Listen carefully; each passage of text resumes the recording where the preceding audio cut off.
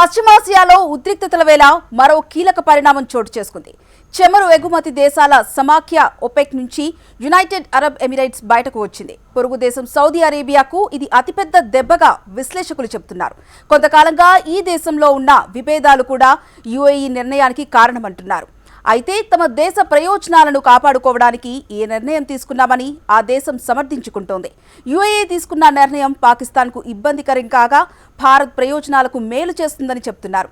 అది ఎలా అంటారా? Watch the story. Organization of the petroleum exporting countries అంటే ఓపెక్ ప్రపంచవ్యాప్తంగా ముడి చమురు ధరల్ని శాసించే, నియంత్రించే అంతఃప్రభుత్వ సంస్థ ఇది.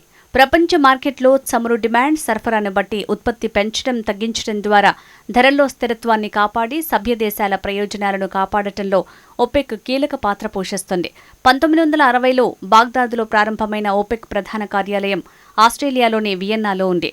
ఓపెక్లో Saudi Arabia, United Arab Emirates, Iran, Iraq, Kuwait, వెనిజులాతో పాటు Algeria, Congo, Equatorial Guinea, Gabon, Libya, Nigeria సభ్య దేశాలుగా ఉన్నాయి. అయితే ఓపెక్లో 1967 నుంచి ఉన్న యుఏఈ ఇప్పుడు షాకింగ్ నిర్ణయాన్ని ప్రకటించింది. ఈ సంస్థ నుంచి బయటికి వస్తున్నట్టు వెల్లడించింది. మే 1 నుంచి ఈ నిర్ణయం అమల్లోకి రానుంది. పశ్చిమాసియాలో కొనసాగుతున్న యుద్ధం వేళ ఈ కీలక పరిణామం చోటు చేసుకుంది. సౌదీ అరేబియా, ఇరాక్ తర్వాత మూడో అతిపెద్ద చమురు ఎగుమతిదారుగా యునైటెడ్ అరబ్ ఎమిరేట్స్ ఉంది. సుదీర్ఘకాలం పాటు సభ్యదేశంగా కొనసాగిన యుఏఈ అనూహ్యంగా ఈ నిర్ణయం తీసుకోవడం వెనుక కారణం ఏంటి అన్నది వెల్లడించలేదు. అయితే తమ దేశ ప్రయోజనాల రీత్యా ఈ నిర్ణయం తీసుకుంటున్నట్టు తెలిపింది. అయితే ఓపెక్ నుంచి బయటికి వచ్చిన తర్వాత కూడా బాధ్యతాయుతంగా వ్యవహరిస్తామని యుఏఈ తెలిపింది. మార్కెట్ డిమాండ్ పరిస్థితులకు అనుగుణంగా చమురు ఉత్పత్తిని క్రమంగా పెంచుతామని స్పష్టం చేసింది. దేశీయ ఇంధన ఉత్పత్తిపై పెట్టుబడుల్ని మరింత వేగవంతం చేస్తామని వెల్లడించింది. యుఏఈ నిర్ణయం చమురు ఎగుమతి దేశాల కూటమికి నాయకత్వం వహిస్తున్న సౌదీ అరేబియాకు ఇది అతిపెద్ద దెబ్బగా చెప్తున్నారు విశ్లేషకులు. భౌగోళిక ఉద్రిక్తతలు, ఉత్పత్తి పెంపు విషయంలో ఒపెక్లో తలెత్తిన అంతర్గత విభేదాల నేపథ్యంలో యుఏఈ ఈ నిర్ణయం తీసుకున్నట్లు చెప్తున్నారు. ఇప్పటికే హర్మూజ్ మూసివేతతో చమురు ఎగుమతిలో ఇబ్బందులు ఎదుర్కొంటున్న ఒపెక్ దేశాలకు యుఏఈ తీసుకున్న నిర్ణయం పెద్ద షాక్ అని చెప్పొచ్చు. ఇరాన్ దాడుల విషయంలో సౌదీ అరేబియా సహా ప్రాంతీయ మిత్ర దేశాలు సరైన రీతిలో స్పందించకపోవడం పట్ల యుఏఈ అసంతృప్తితో ఉంది. 2015లో ఇరాన్ మద్దతు ఉన్న యెమెన్ హౌతీ తిరుగుబాటుదారులకు వ్యతిరేకంగా పోరాడటానికి యుఏఈ, సౌదీ అరేబియా కలిసి ఒక కూటమిగా ఏర్పడ్డాయి. అయితే యుఏఈ మద్దతు ఉన్న యెమెన్ వేర్పాటువాదులకు ఆయుధాల రవాణా జరుగుతోందని ఆరోపిస్తూ సౌదీ అరేబియా బాంబు దాడి చేయటంతో కూటమిలో విభేదాలు తలెత్తాయి.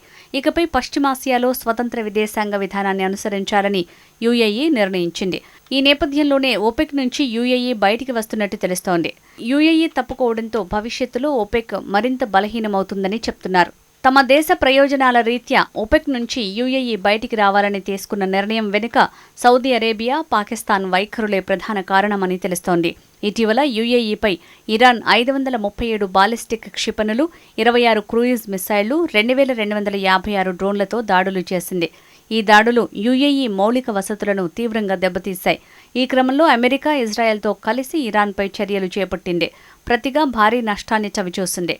ఇదే సమయంలో పాకిస్తాన్ మధ్యవర్తి వ్యవహారంపై యుఏఈ ఆగ్రహం వ్యక్తం చేసింది. ఇరాన్ మీద కఠిన వైఖరి తీసుకునే విషయంలో పాకిస్తాన్ తటస్థంగా ఉండటంపై యుఏఈ అసంతృప్తితో ఉంది. దీంతో తమకు బాకీగా ఉన్న రుణం $3.5 బిలియన్ రుణం తక్షణమే తిరిగి చెల్లించమని డిమాండ్ చేసింది. ఇది పాకిస్తాన్ ఆర్థిక వ్యవస్థకు పెద్ద షాక్ అనే చెప్పొచ్చు. కాగా యుఏఈ డిమాండ్ తర్వాత సౌదీ అరేబియా వెంటనే పాకిస్తాన్కు $3 బిలియన్ రుణం ఇచ్చింది. ఇదిలా ఉండగా యునైటెడ్ అరబ్ ఎమిరేట్స్, భారత్ మధ్య బలమైన సంబంధాలు ఉన్నాయి.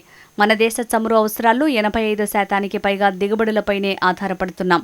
పశ్చిమాసియాలో ఉద్రిక్తతల నేపథ్యంలో దిగుమతులు తగ్గి ఇబ్బంది పడుతున్నాం. ఈ నేపథ్యంలో భారత్కు అత్యంత సన్నిహిత దేశమైన యుఏఈ ఒపెక్ నుంచి బయటికి రావడం మనకు లాభిస్తుందని నిపుణులు చెప్తున్నారు. ఇప్పుడు యుఏఈ నేరుగా భారత చమురు కంపెనీలతోనే ఒప్పందాలు కుదుర్చుకోవచ్చు. దీంతో మధ్యవర్తులు, ఆంక్షలు లేకుండా తక్కువ ధరకే ముడి చమురు లభించే అవకాశాలు కూడా ఉంటాయి. దీంతో దేశీయంగా పెట్రోల్, డీజిల్ ధరలు అందుబాటులోకి వచ్చే అవకాశం ఉంటుంది. ఓపెక్ నుంచి బయటికి రావడంతో చమురు ఉత్పత్తికి సంబంధించి యుఏఈ సొంతంగా నిర్ణయాలు తీసుకోవచ్చు. ఎంత ఉత్పత్తి చేయాలి, ఎవరికి విక్రయించాలి, ఇలా అన్నీ యుఏఈ చేతుల్లోనే ఉంటాయి. తమ సరుకును ఎప్పుడు ఎంతకు అమ్ముకోవాలి అనేది యుఏఈ ఇష్టంపైనే ఆధారపడి ఉంటుంది.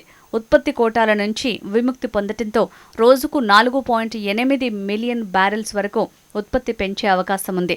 ఇది గ్లోబల్ మార్కెట్లో సరఫరా పెంచి ధరల్ని తగ్గిస్తుంది. దీంతో భారత్కి క్రూడ్ ఆయిల్ దిగుమతి ఖర్చు తగ్గి ద్రవ్యోల్బణం నియంత్రణలో ఉండే అవకాశం ఉంది. 2022లో భారత్ యుఏఈ నుంచి $11 బిలియన్ విలువైన క్రూడ్ దిగుమతి చేసుకోగా 2026లో ఇది $14 బిలియన్ పెరిగింది. యుఏఈ వాటా భారత్ క్రూడ్ దిగుమతులు 10.3% నుంచి 11.4% పెరిగింది. యుఏఈతో భారత్ ఎనర్జీ భాగస్వామ్యం మరింత బలపడుతుంది. ఎల్ఎన్జీ, ఎల్పీజీ రంగాల్లో కూడా కొత్త ఒప్పందాలు కుదుర్చుకునే అవకాశం ఉంది.